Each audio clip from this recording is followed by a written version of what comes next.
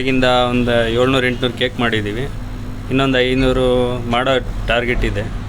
ಎಲ್ಲ variety pastries, eggless, without egg, with egg, black forest, truffle, normal, any one cake ಬೇಕಂದರೆ ಮಾಡಿಕೊಡ್ತೀವಿ. ಒಂದು 500 order ಇರ್ಬೋದು.